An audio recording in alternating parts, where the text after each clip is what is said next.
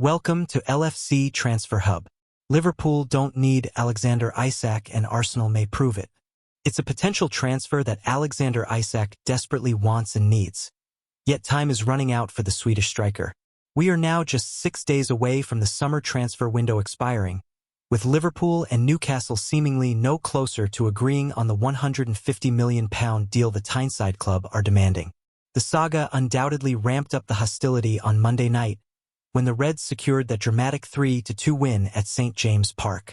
Watching from afar, Isak might have been salivating at Arne Slot's side, scoring 7 times in their opening 2 matches, creating chances even when under the cosh.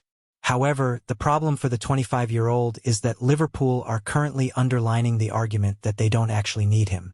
With or without Isak, Slot's side will score goals. Tactically, they were largely outplayed by both Bournemouth and Newcastle, and yet they simply outscored the opposition. This Sunday could potentially prove the death knell for the exiled forward's transfer ambitions. Liverpool hosts Arsenal in a clash already deemed pivotal in shaping this season's title race, and they will face the league's most rock-solid defensive unit. Another hatful of goals from Hugo Ekitike and co. will prove indefinitely that Slot does not need attacking reinforcements. Instead, while Ibrahima Konate plays with the air of a man whose head is already in Madrid, focusing on snaring Mark Guéhi from Crystal Palace would be far more beneficial.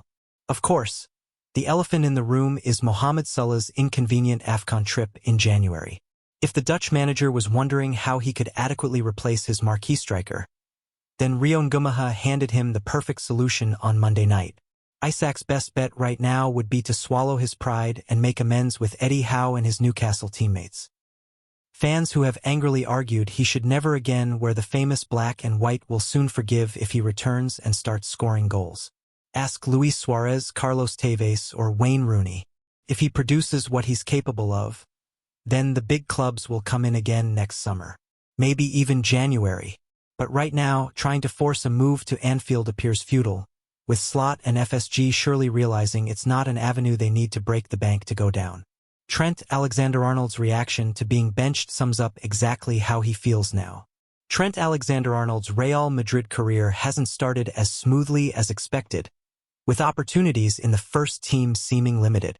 The ex-Liverpool defender started on the bench during Los Blancos' victory over Oviedo on Sunday, just days after being substituted during his La Liga debut against Osasuna.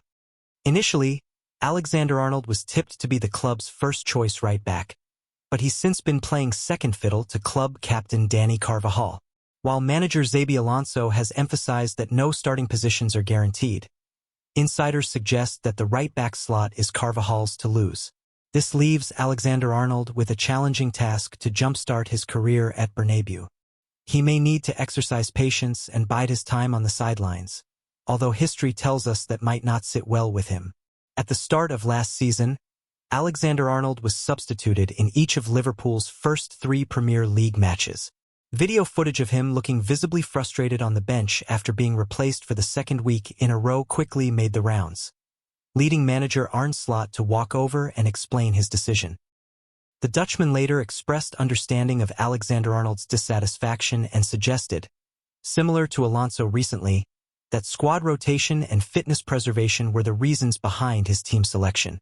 Every player wants to play 90 minutes. But I don't think the players that were on the bench from the start were really happy with the choice I made, Slot said in August 2024.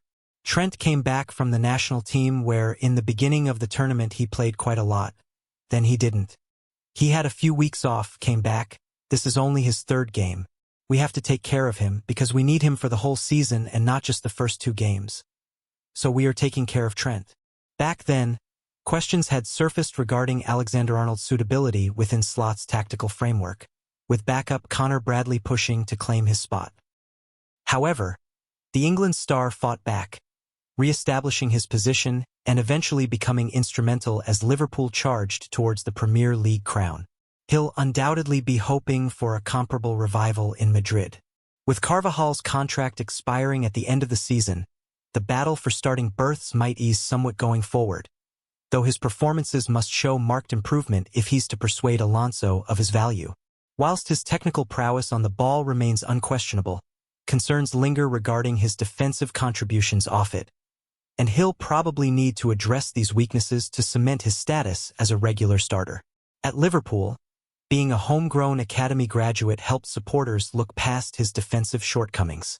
Real Madrid fans, though, are unlikely to show such patience. It depends on what we need in terms of the game, the workload, and the opposition, Alonso told reporters when asked about his decision to drop Alexander-Arnold at the weekend.